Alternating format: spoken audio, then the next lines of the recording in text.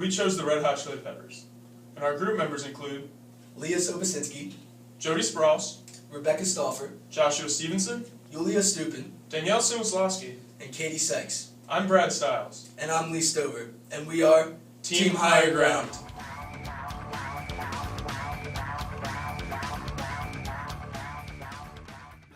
Hi, my name is Yulia Stupin, and I will be discussing a few facts about the band. The Red Hot Chili Peppers are an American rock band formed in Los Angeles in 1983.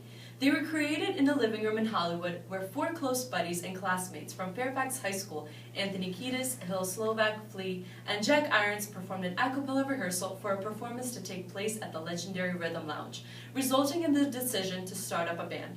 A few members from the band are Michael Balsari, aka Flea, John Frusciante, Jack Irons, Anthony Kiedis, Josh Klinghoffer, Cliff Martinez, Hill Slovak, and Chad Smith.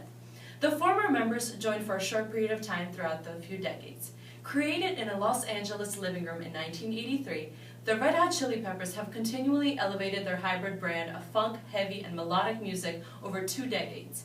The band confronted tragedy, personal changes, and addiction, but their template of punk, funk, and pop is as recognizable as in any in contemporary rock.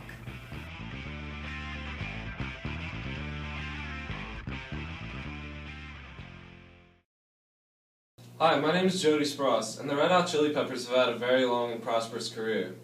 Over their career, they have accrued more than 15 music awards and have been nominated for over 65. Worldwide record sales for the band are over 53 million as of 2012, and they are number 19 on the Forbes World's 25 Highest Paid Musicians for last year, thus making them one of the highest paid rock bands of all time. In 2008, the Red Hot Chili Peppers received their very own star on the Hollywood Walk of Fame, which is something that only the top musicians and actors get to have. On top of that, the band was inducted into the prestigious Rock and Roll Hall of Fame just last year, which further secured their place into the annals of rock and roll history.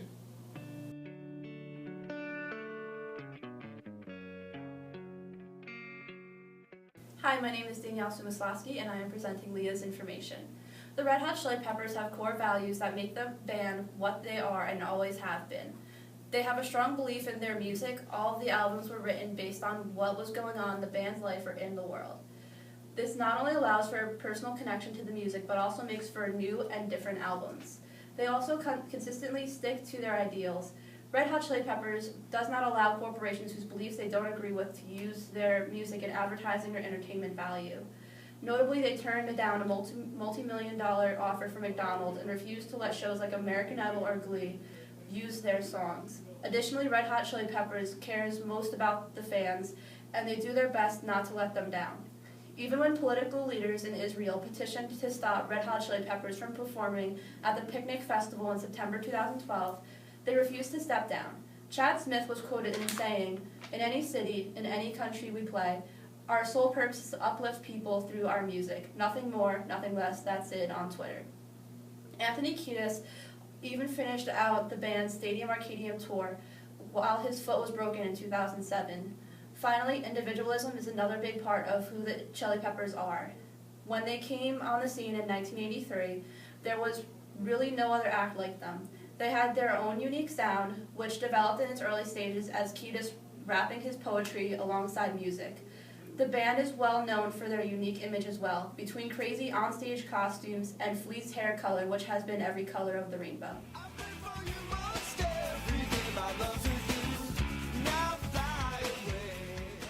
Hi, I'm Brad Stiles, and I'll be focusing on the structure and organization of the Red Hot Chili Peppers, as well as a comparison to Apple. For starters, the Red Hot Chili Peppers have a starfish structure which incorporates decentralized leadership and encourages all band members to have an equal say in decision-making. Building off of this concept, the band is a flat organization, something that is hard to come by today in most organizations. Although flat organizations typically lack consistency, the Red Hot Chili Peppers have been able to replicate its success with each and every studio album that they've put out. Finally, when one compares the band to Apple, they would note a number of striking similarities. For instance, both co-founders have met each other in high school. And also, both Anthony Kiedis and Steve Jobs have been fired and then reinstated. With these striking similarities and the continued success of the band, I believe that the Chili Peppers have the best chance of improving their longevity.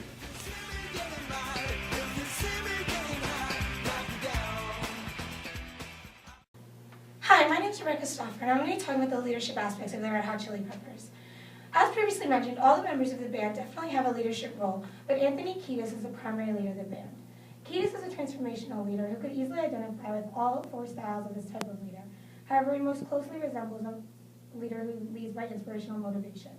The Red Hot Chili Peppers as a whole have a shared vision and shared values. They all aim to be successful for what they are and what they do. Kiedis himself is an inspiration to the other members because he puts himself 100% into his music. This creates an environment where the band can be passionate about what they're performing. He also holds expert power, being that he has been performing for so long and has been a Red Hot Chili Pepper for the majority of his life. This allows the members of the band to respect him for talent and experience. There have also been times he has had to alter his leadership style to suit different members. In the early 90s, Red Hot Chili Peppers guitarist John Frusciante started to develop a different set of values than the rest of the band. He felt that being famous was ruining the band's image. This situation falls under Hersey and Blanchard's theory of matching your leadership style with employee readiness. Under this theory, Frusciante would be a participating member of the group, able to actively engage but unwilling to do so.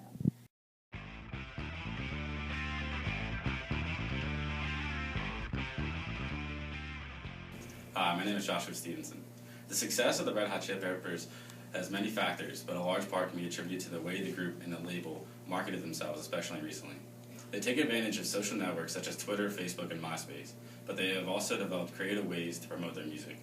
Their album covers have always been creative, but the newest one combines their old image of the asterisk with a code identifier used with smartphones. The cover scans like a normal code and brings the user to a fan page. With CD sales diminishing, the group displays their stability by creating methods that incorporates new technology. Recent techniques include a live concert broadcast of their latest album, I'm With You, where the show is aired in select theaters around the world. Also, from August 22nd to the 29th, the label's campaign featured an online listening party through iTunes. They show their constant ability to adapt to new technology with the Best Artist website in 1999, and the new methods used this year. And these skills allow them to maintain a high level of success in the future.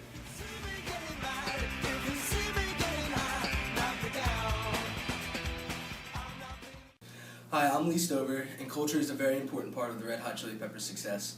There's three key components to their culture: adventure, spirituality, and attitude. They're a very adventurous bunch. They've been to trips to the jungles of Borneo and have also been kayaking in Alaska. The second and probably most important part to their culture is spirituality. They're extremely spiritual. In fact, they believe in a fourth dimension of the world that's called the spiritual world and completely comprised of energy. This fact brings me into their third component, attitude. They love having fun. They're known for doing crazy stunts on stage, and even when they're just rehearsing at one of each other's houses, they do them anyway just because that's what they love to do.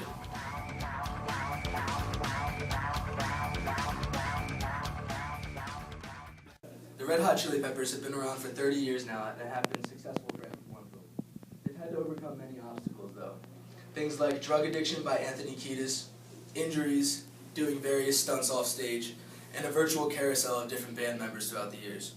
Their demographic started for kids between the ages of 13 and 21, but as those kids got older, they still loved the band, and they told all their friends about it, so now they market to all age groups and all different cultural backgrounds. Their central values are very important to them, and it's probably why they've stayed successful for so long. They're very spiritual, and that's what keeps them going. They put it in all of their music.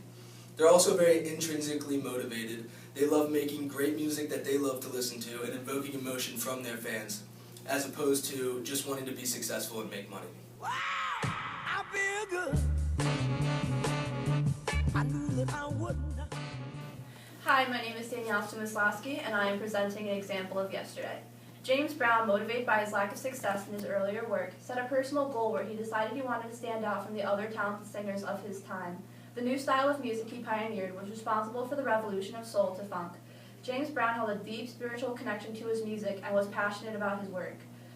He became a leader through his ability to inspire his band members, fans, and others. James Brown felt an especially strong connection to his fans and often wrote songs with compelling inspirational messages such as Don't Be a Dropout. The leadership abilities and the determination of James Brown are what made him known as the hardest working man in show business. I can't walk out Hi, my name is Catherine Sykes, and I'm going to be talking about Elvis Presley. Elvis Presley has drawn many people into rock and roll from the 1950s and still today. He was a true innovator because he changed the rock and roll so it was more widespread through his charismatic onstage performances. Because of his music, teenagers in the 50s began to differentiate themselves from previous generations, which changed the culture of music. He also kept up with the times through changes in his music, and in the process he gained an older audience. These music changes are why his music is still well known and celebrated today. He faced many hardships during his life, such as being drafted by the Army, the passing of his mother, his divorce with Priscilla, and drug addiction. These hardships were motivators for his music, and artists today still use these motivators and influences for their music. In 1986, he was one of the first to be inducted into the Rock and Roll Hall of Fame, which was 9 years after his death.